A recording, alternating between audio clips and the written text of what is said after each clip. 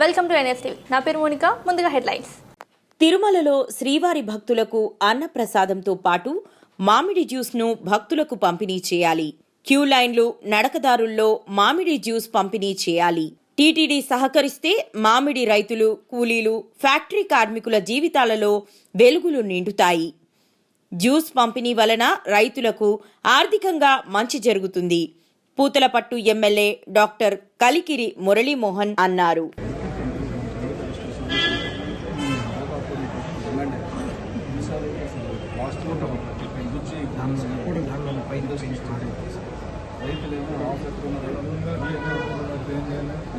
బడ్డను కాదు, providing many.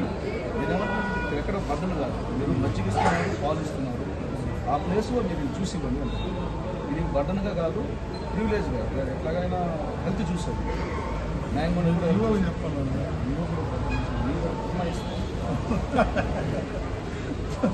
అందరికీ నమస్కారం. ఈరోజు తిరుమల తిరుపతి దేవస్థానం ధర్మకర్తల మండలి అధ్యక్షుల వారిని, కార్యనిర్వాహక అధికారి వారిని ఇద్దరిని కూడా వేరువేరుగా కలవడం జరిగింది.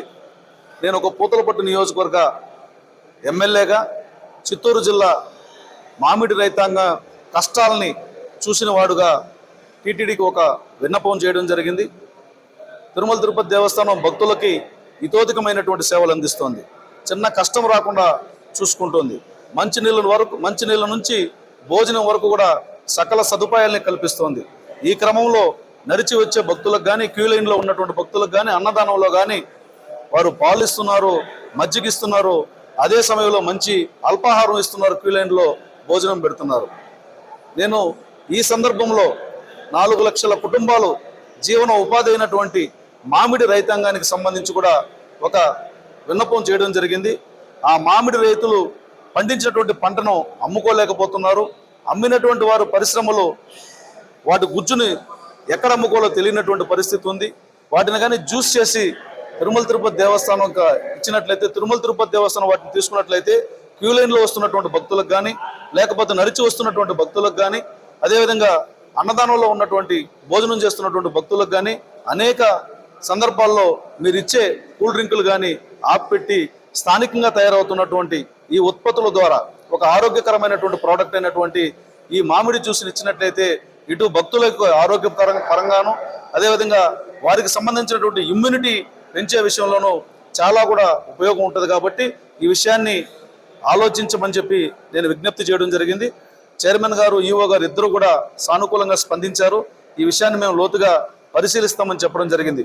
దీనివల్ల తిరుమల తిరుపతి దేవస్థానానికి పెద్దగా ఆర్థిక భారం కూడా ఉండకపోవచ్చు.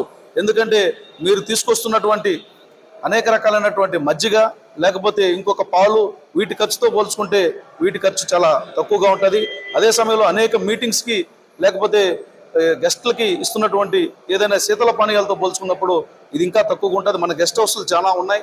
అక్కడ కూడా మనం కానీ ఈ మామిడి సంబంధించినటువంటి జ్యూస్ని ప్రమోట్ చేసినట్లయితే ఈ చిత్తూరు జిల్లాలో ఉన్నటువంటి సుమారుగా 6 లక్షల మెట్రిక్ టన్నులు ఒక సంవత్సరానికి ప్రొడక్షన్ వస్తుంది. 6 లక్షల మెట్రిక్ టన్నుల్లో దాదాపుగా కేవలం 20% మాత్రమే ఏ ఏడాదికి ఆ ఏడాది అమ్ముడుపోతున్నాయి. మిగతావన్నీ కూడా జ్యూస్, మామిడికాయలను గుజ్జుగా తయారు చేసి స్టాక్ పెట్టుకుంటున్నారు. అది ఎప్పుడు అమ్ముడుపోతుందో తెలియక ఫ్యాక్టరీలు వాళ్ళు అమ్మితే కానీ డబ్బులు రాక రైతులు ఇబ్బంది పడుతున్నారు. కాబట్టి రైతులు నష్టపోకుండా ఉండాలంటే ఈ అవకాశాన్ని కల్పించమని నేను టీటీడీ వారిని విన్నవించడం జరిగింది. ఆ తిరుమల శ్రీనివాసుడి దయా కరుణా కటాక్షాలతో తప్పకుండా టీటీడీ మా విన్నపాన్ని మన్నించి ఈ రైతాంగం యొక్క కష్టాల నుంచి వారిని గట్టెక్కిస్తుందని నమ్ముతూ ఓం నమో వెంకటేశాయ.